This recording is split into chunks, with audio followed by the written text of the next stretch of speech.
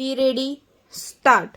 औद्योगिक लायसन्स मिळवण्याबाबत देशात महाराष्ट्राने आपली आघाडी अजूनही कायम टिकवली असली तरी ज्या जिल्ह्यात कोणताही मोठा व मध्यम उद्योग नाही अशा जिल्ह्यात उद्योग स्थापन करण्यास अग्रक्रम देण्याच्या भारत सरकारच्या धोरणामुळे महाराष्ट्राची औद्योगिक प्रगती काही अंशी मंदावण्याची शक्यता आहे। त्या अनुषंगाने नवीन उद्योगांना लायसन्ससाठी अग्रक्रम देताना जिल्ह्याऐवजी तालुका हा आधार मानावा अशी राज्य शासनाची भूमिका आहे। परिच्छेद भारत सरकारने आपल्या धोरणात बदल करावा याबाबत राज्य शासन प्रयत्न करीत आहे। अविकसित भागात नवीन उद्योग स्थापन करण्यासाठी विक्री कराशी निगडीत अशी प्रोत्साहक सामूहिक उत्तेजन योजना राज्य शासन 1999 सालापासून देत आहे। या योजनेचे पुनर्विलोकन करून त्यामध्ये काही मूलभूत बदल करून एक नवीन सुधारित योजना दिनांक 1 एप्रिल 1999 रोजी कार्यान्वित करण्यात आली आहे। या नवीन योजनेखाली विक्री कराशी निगडीत प्रोत्साहन आता विक्री कर स्थगितीच्या रूपात देण्यात येणार आहे व ही योजना इतर राज्यातील प्रोत्साहनाच्या मानाने अधिक आकर्षक ठरेल असे शासनास वाटते।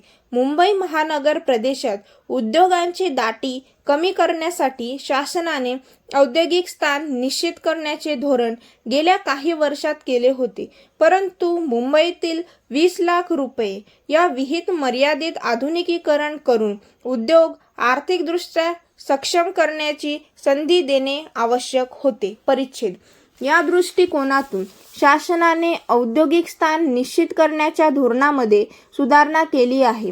मात्र लघु उद्योजकांनी विस्तारासाठी वापरावयाच्या वीज, पाणी, बांधकाम या सुविधांबाबत धोरणामध्ये बंधने घालून लघु उद्योगांच्या विस्ताराने शहरातील सुविधांवर असा ताण येणार नाही याची खबरदारी घेण्यात आली आहे।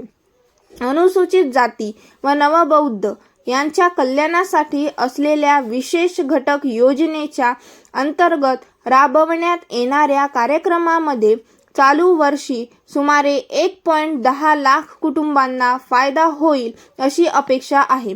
1999 ते 2001 या वर्षासाठी 1.67 लाख कुटुंबे इतके लक्ष्य ठेवण्यात आले आहे।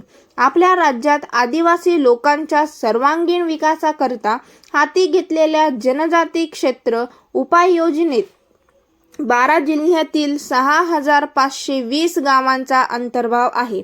आदिवासी लोकांच्या सर्वांगीण विकासाकरिता शासनाने कुटुंब प्रमुख अनेक योजना हाती घेतल्या आहेत।